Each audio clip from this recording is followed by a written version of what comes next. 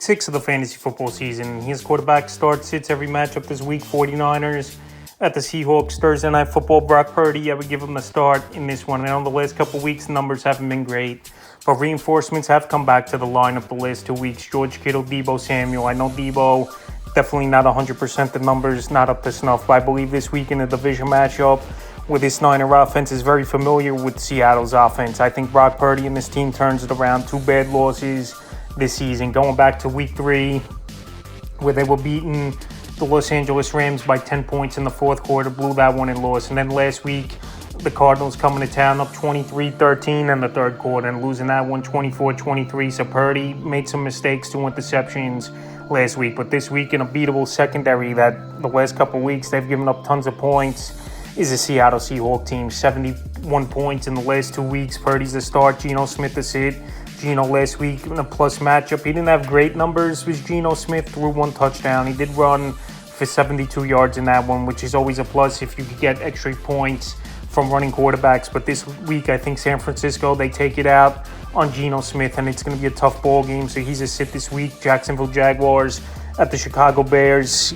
London ball game once again. Trevor Lawrence last week went out there, threw over 150 yards. They got the first win of the season versus the Indianapolis Colts. But this week it's a tough matchup. Chicago Bears, one of the better defenses in the league. And last week I know it was only Andy Dalton, but they held them down under 100 yards passing. So this week, Trevor Lawrence is a sit. Brian Thomas, an 85-yard touchdown, obviously helped his cause last week. And this Bears secondary doesn't give up big plays like that. He's a sit. Caleb Williams, a borderline option. This week it's a good matchup on paper, and we know these London games, anything goes down, we've seen over the last few seasons. But Caleb Williams, for the most part this season, he hasn't been an option, but last week going over 300 yards, 2 touchdowns, no turnovers, which was a good sign. And when you got guys like DJ Moore, DeAndre Swift, Cole Kmet, Rome Odunze on this roster, and Keenan Allen, if he ever figures it out, this is a great offense, no doubt about it. But this week, even after coming off of 1 good game, he's a borderline option at best. They Bucks at the New Orleans Saints. Baker Mayfield's a start each and every week. Baker Mayfield, except week 3 versus the Broncos, he's gone out there and thrown multiple touchdowns. And when you got wide receivers like Mike Evans and Chris Godwin, it makes everything easier for you and your offense. And we know Baker Mayfield last season turned his career around, got the $100 million deal. And this season, once again, he's picked up where he left off. So like I said, Evans and Godwin having great seasons. Baker Mayfield's getting them the football in the right places. And this week, once again, at the Saints, who are a pretty good defense, no doubt about it. I still believe Baker Mayfield, for the most part, is matchup proof. He's a start. Now to the Saints, Derek Carr, he got banged up on that Monday night game, left with an oblique injury. And we know oblique injuries, you could be out a while. And we've seen it in other sports like baseball. Some of these players, they miss 2 months at times with the oblique injury. So Carr, he left that game late third, early fourth quarter with the oblique injury, and Jake Haener came in. Derek Carr started off the season very well for this New Orleans Saints team, and now the last 3 weeks it's been mediocre numbers. I know he threw 2 touchdowns in that game on Monday night versus the Chiefs. Shaheed with a deep one, but he still didn't look great. A lot of incompletions and a lot of 50-50 balls that could have went either way. So if he is healthy and does play in this one, his car, he's a sit. And Jake Haener, if he comes in and starts, everyone's going to take a step back, I believe, in this offense, where there's not much on Haener.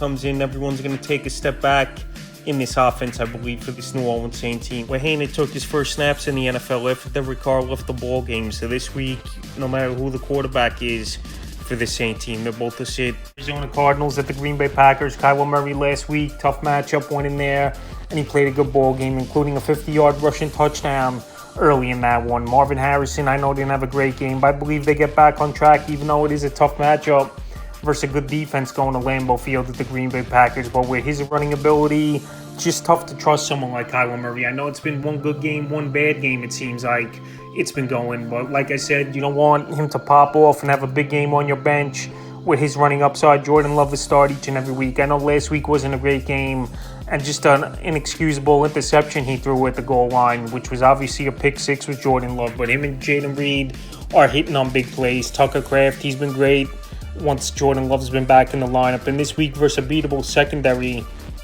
of the Arizona Cardinals, where we saw Jaden Daniels in week 4 have a monster game versus them. I think Jordan Love could go out there, especially back home, and have a big performance Indianapolis Colts at the Tennessee Titans. We don't know if Anthony Richardson is going to be healthy, but already reports have come out if Richardson's healthy, he's going to be starting and being the quarterback. But Anthony Richardson, I think with all the rushing upside he would be a great option. But so far this season, pretty much besides week 1, where Anthony Richardson went off versus the Houston Texans, we really haven't seen much from him, and now dealing with the oblique and lower body injuries. We don't know if he's going to be back, so he's a borderline option if he returns. And Joe Flacco, what a game it was for him last week, throwing his team back into it, 359 yards and 3 passing touchdowns. So Joe Flacco, we know, is a gunslinger. We know he's a veteran.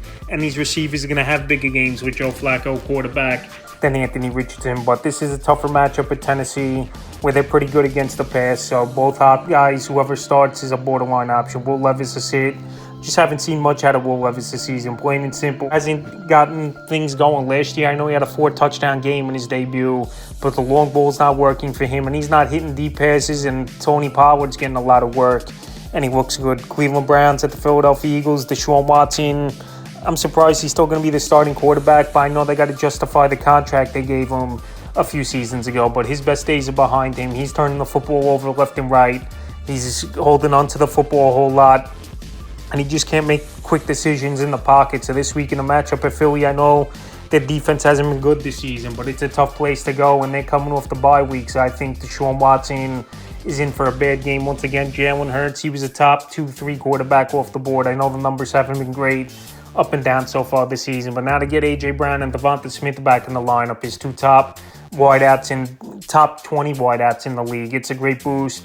And this week versus defense that last season was one of the better defenses in the league, where this year they've gone the other way. Jalen Hurts is a must-start. Houston Texans at the New England Patriots. C.J. Stroud, the last 2 weeks, he's getting things going, but it doesn't look like we're going to see Nico Collins in this ball game, where right now he's week to week, where early in the day it was day-to-day for Nico Collins. But C.J. Stroud still has great weapons, and he's a quarterback that just spreads that football out, and he's going to get his yards. Still has Stephon Diggs, still Tank Dell in the lineup if Collins is out, Dalton Schultz, and if Joe Mixon returns, or in the backfield, it's Cam Akers, Dare Ogunbowale. So there's some options on this team, and it's a pretty decent matchup at Gillette. So Stroud's locked in as a start. Jacoby Brissett might lose the starting job this week. We'll see how that goes as the week goes on. And Brissett, he wasn't a fantasy option. No one was doing anything in the passing game. It's all running the football and playing good defense for this Patriot team, so he's a sit. If Drake May steps in, definitely someone to keep an eye on, but obviously he's not someone I'm going to put in the starting lineup this week right away. I want to see a couple games out of Drake May before I would have confidence putting him in, unless he went in there and threw, let's say, for 250, 300 yards and 4 touchdowns. Then he's someone to consider next week. But this week, if he's going to make his debut, quarterback, I would sit. Commanders at the Baltimore Ravens, arguably the 2 top quarterbacks in fantasy football this season. Jaden Daniels, Lamar Jackson, they're matchup proof. They're the top 2 running quarterbacks in the league as well. And Daniels has come in and turned this whole franchise around. I know it's 5 games, but he's moving the football down the field. He's making plays. He's got poise in the pocket. And he was a Heisman Trophy winner for a reason. And now him and Terry McLaurin are really hitting on big plays. So this week in a matchup of Baltimore, where they just gave up 38 points to the Cincinnati Bengals, who are a high-powered offense, I think Daniels goes out there and he's a must-start weekly. And Lamar Jackson last week, comeback victory, making great plays. He's in the MVP hunt once again. And this Commander defense really isn't all that great. Must-start weekly. Los Angeles Chargers at the Denver Broncos, Justin Herbert, he's a sit. I just don't like the matchup at all. Herbert not 100% as well. Still that ankle injury lingering for sure, I believe, even though this Charger team coming off bye. And this Bronco defense, one of the best defenses in the league. They get to the quarterback, 15 sacks in the last 3 weeks. They create turnovers. Last week, 3 interceptions, even though I know he's Gardner Minshew. But Justin Herbert, with a lack of weapons and a good pass rush coming at him, going on the road this week, he's not a quarterback I would trust. Bo Nix is a sit. I know last week 3 total touchdowns, over 25 fantasy points for Bo Nix, but that was the Vegas Raiders, and this is a good defense, is this Los Angeles Charger team. So I believe this could be a low-scoring game between 2 division rivals that know each other very well. So Bo Nix this week's a sit. Pittsburgh Steelers at the Vegas Raiders. I'm assuming Justin Fields is going to start once again, even though Russell Wilson, they said in the ball game the other night, he's pretty close to returning. But Justin Fields, to be honest, he's looked good for the most part. I know in the last game he took big hits at the Dallas Cowboys, inaccurate, but it was a wet field. The ball was slippery, and that Cowboy defense did did have a good game plan, even with Parsons and LaMarcus Lawrence out. I made Fields work for it, but he still finished with 19 fantasy points was Fields. So this week in a slam dunk matchup at the Raiders, he's a start. Gardner Minshew, Aiden O'Connell. It's going to be a competition this week. Who's going to be the starting quarterback? Head coach Antonio Pierce said. And the competition for fantasy is none, in my opinion. Both these guys are sits. O'Connell, we saw some flashes last season from him, but obviously no more Devontae Adams. Time of recording, still not traded.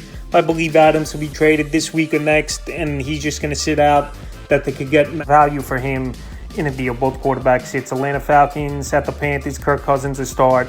Last week, what a ball game it was for Cousins. 509 yards, 4 touchdowns. And now he's getting comfortable in this offense, where it took him a month to get going, took him a month to feel healthier and get his feel back once again coming off the Achilles. And now him and Drake London are locked in. Darnell Mooney's emerged as a big-time receiver this season for this Atlanta Falcon team, where over the last few years he didn't do much in Chicago. And this week with a great matchup with the Panthers that can't stop anyone. Kirk Cousins is a good start. Andy Dalton is sit. The first 2 games he came in the season, he looked good. Andy Dalton, but last week he was humbled by the Chicago Bear defense, not even throwing for 100 yards in that ball game. And this Falcon defense I know isn't all that great. Baker Mayfield went in there last week and he threw all over the field on them. But Andy Dalton, he don't have many weapons. Deontay Johnson, Chuba Hubbard, that's just about it on the offense. He's a sit. Detroit Lions at the Cowboys. I believe this could be a shootout between these two teams. And we saw last season, one of the last games of the regular season, obviously with that controversial call on that 2-point conversion, where obviously he got called back and the Lions got robbed out of that game. So they're going to remember that, no doubt about it. Jared Goff, it hasn't been a great season for him, but when you got weapons like Amon-Ra St. Brown, Sam Laporta, who's healthy, and I think he's going to be back in this playbook. Jahmyr Gibbs, David Montgomery, Jameson Williams finally emerging in his 3rd year in the NFL, and dealing with a banged-up Dallas Cowboy defense. I think Goff could go out there, have one of his better performances of the season this week, especially coming off a bye. Dak Prescott, a start last week. Dak, it wasn't a good game for him. 3 turnovers in that game in Pittsburgh. I know the conditions weren't great. I know this Cowboy team, they're banged up, no doubt about it. And they lost Guyton as well in that game on the offensive line early in that one. But he still went out there, game-winning drive, 20 seconds left, threw a touchdown on 4th down to Jalen Tolbert to win the game. And this line defense, they're vulnerable to giving up points as well. So I think Prescott could go out there and get things going. And now it looks like Jalen Tolbert's emerged as a nice third option in the passing game behind Lamb and Ferguson. So Dak's a start. Cincinnati Bengals at the New York Giants. Joe Burrow, it's been a great season for him after last year. He was banged up early in the year. Then he got it going a little bit. Then he was out for the year with the hand injury. But this season, he's come in, and the last 3 games especially, he's put up some monster points. Last week, 392 pass yards, 5 touchdowns for Joe Burrow versus Baltimore, but it wasn't enough. And this week, Sunday night, at the New York Giants, where their defense really isn't all that great, I think Burrow could go in there and have a game. And Jamar Chase, he's in midseason form. T. Higgins looked like he's in midseason form. And it wouldn't be surprising to me if Burrow finishes as a top of the line starter. Again, Daniel Jones, a borderline option. Believe it or not, Daniel Jones, the last 2 out of 3 weeks, has had 20 or more fantasy points on the scoreboard for Daniel Jones. Malik Neighbors most likely should return in this game after missing last week with the concussion, getting 17 days off in between games. And also, Wan'Dale Robinson's been a solid number 2 wide receiver in this offense for this New York Giant team. And this Cincinnati Bengal team, they're giving up tons of points. Over the last 3 weeks, they gave up 38 points to the Commanders in Week 3, then 24 points to the Panthers in Week 4, and then last week, 41 points in overtime to Baltimore. So I think the Giants could put points on the board, even though it's been a problem for them all season. And Daniel Jones, a borderline option in the last game of the week, Monday night, Buffalo Bills at the New York Jets. Josh Allen, I know he got banged up in that game, concussed possibly, and they lost at the end with bad play calling. I don't know what Buffalo was doing at the end of that game, but Josh Allen, he was the number 1 quarterback off the board. Last week was a mediocre game, and he still finished with a decent 16 points was Josh Allen because of the rushing yards. And this week we'll see if Shakir comes back. I know it's a matchup with the Jets where he's had some troubles over the last couple seasons, especially turning the football over, but you still got to put him in the lineup. And Aaron Rodgers is sit. He's banged up as Rodgers. He looks not happy with his teammates. A lot of guys off sync with Aaron Rodgers. And even with the head coach, Robert Saleh, over the last few weeks, they haven't been in sync as well. So like I said, Aaron Rodgers, he's definitely lost a step or two with age and the Achilles injury. Not in sync with his wide receivers. and he just doesn't look happy. So right now, Aaron Rodgers is a sit this week. So that's quarterback start, sit every matchup for week 6 of the fantasy football season.